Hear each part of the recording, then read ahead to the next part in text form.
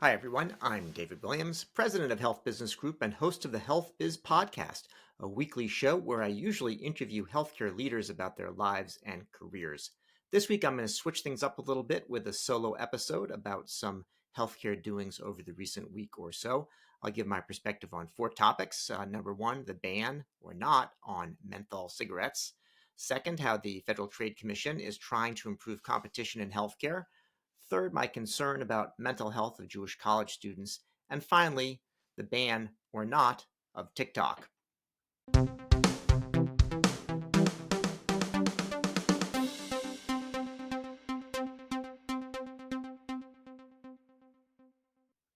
Well, the first one concerns mentholated cigarettes. Cigarette companies like to add menthol to cigarettes. It makes them less harsh. There's a minty flavoring and a cooling sensation, and that's often used in order to make it easier for people to start smoking. It's not so harsh. You don't get turned off by it right away. But over time, it's even worse because it turns out that menthol makes nicotine extra addictive. And there's definitely targeting to at-risk communities. So more than 80% of black smokers use menthol cigarettes compared with about 30% of white smokers. And this has been a result of actually a calculated campaign over the decades. Well, the FDA has proposed a ban on menthol in cigarettes, and the public health consensus is that could save hundreds of thousands of lives in the coming decades. However, the Biden administration just announced that they're postponing this ban indefinitely in order to study it more. It's pretty clear that the reason for this is politics. Biden has historically done great among black voters, but he's worried about any reduction in the black vote in this election year. And it turns out that if you take something away from people who are addicted to it, they aren't necessarily happy about it. So he's making that calculation. Now, what does it mean? Well, some states can actually can take away the right to sell cigarettes with menthol. In my state of Massachusetts, you're not allowed to sell mentholated cigarettes, and the same thing in California. And there's a number of municipalities that have banned them as well. I do think that there's even a better approach than specifically banning menthol cigarettes, and that is to ban people born after a certain age from buying tobacco at all. My town of Brookline, Massachusetts, is actually the first one to do that, not even so long ago. They have a ban on the sale of tobacco for anybody born after January 1st, 2000. That's been followed by others, I understand, in recent months. So I think that could actually be an approach that could be tried at the national level, not with menthol cigarettes specifically, but more generally.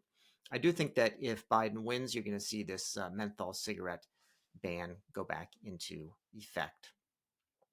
Well, number two, the Federal Trade Commission is trying to improve competition across the economy. There are a couple of recent announcements. One is the ban on non-compete agreements. Now, this will be challenged in the court, but the FTC is moving to get rid of those non-compete agreements in order to increase competition and job mobility. It turns out that this actually affects a lot of people in healthcare, although we might often think about it related to tech companies or others where there's a lot of IP in the job. But a lot of physicians and other healthcare workers are subject to non-compete agreements, which means that they can't leave their practice and go practice at another nearby practice. So if they do leave, they end up going a long, long way away. And this definitely tends to hold down competition. Dialysis clinics in particular are notorious for having these sort of non-competes. So I think it's a good idea to get rid of non-competes in general, and specifically healthcare is going to benefit quite a bit. Another one that I thought was interesting as an announcement, FTC is looking into algorithms which may be enabling price fixing.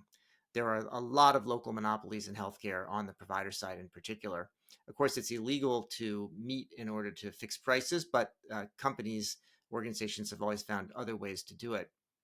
I actually have a favorite one, which was way back, probably a little before 2000, when big players were looking to buy the spectrum in order to offer cellular service.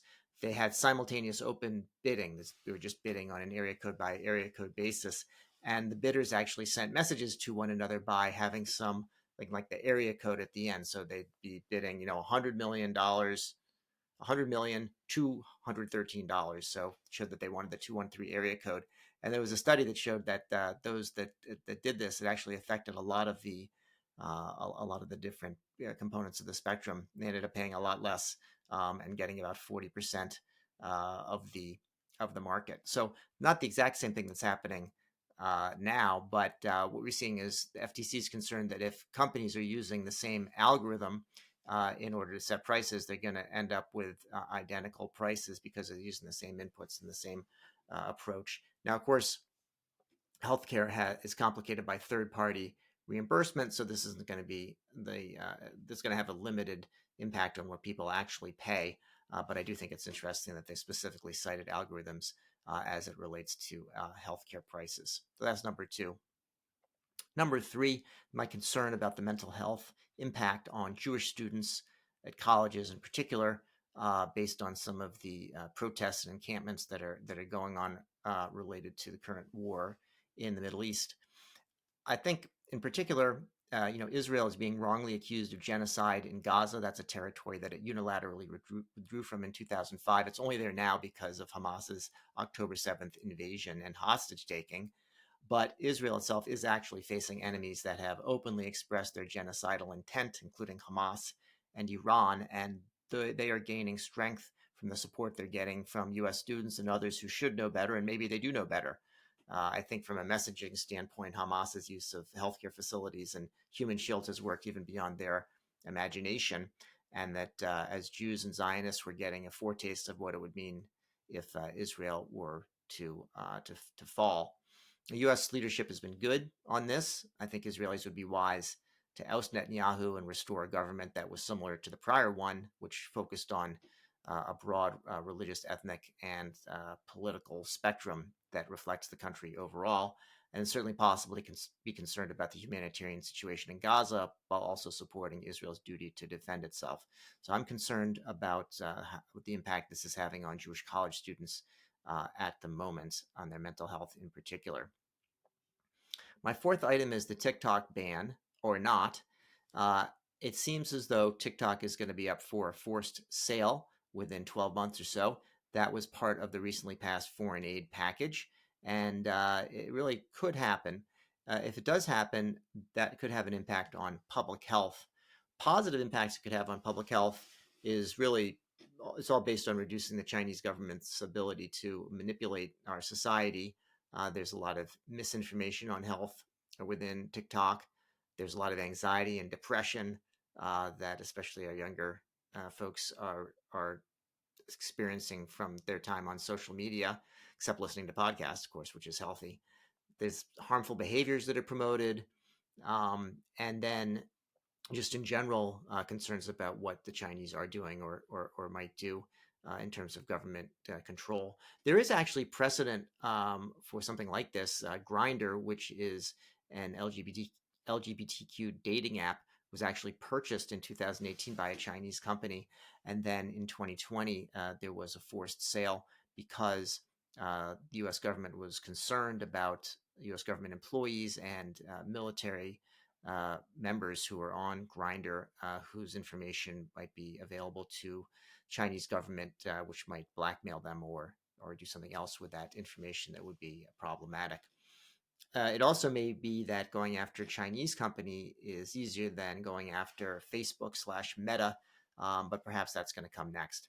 There are some potential negatives to a ban or forced sale, which could be that, there could be good information. Maybe there is. I know there is some on TikTok, which is where people are getting educated on healthcare topics. There's also, TikTok's been useful for doing public health research, and that would be harder to do. And it's just going to drive traffic elsewhere as well. So maybe you're just displacing the problem. And the forced sale itself might not actually cause that much change on TikTok. Well, that's it for another episode of Health Biz Podcast, a shorter one and a little bit different this week since I'm not actually interviewing an innovative healthcare leader, just talking myself. I'm David Williams, president of Health Business Group. I hope you have a great week. You've been listening to the Health Biz Podcast with me, David Williams, president of Health Business Group.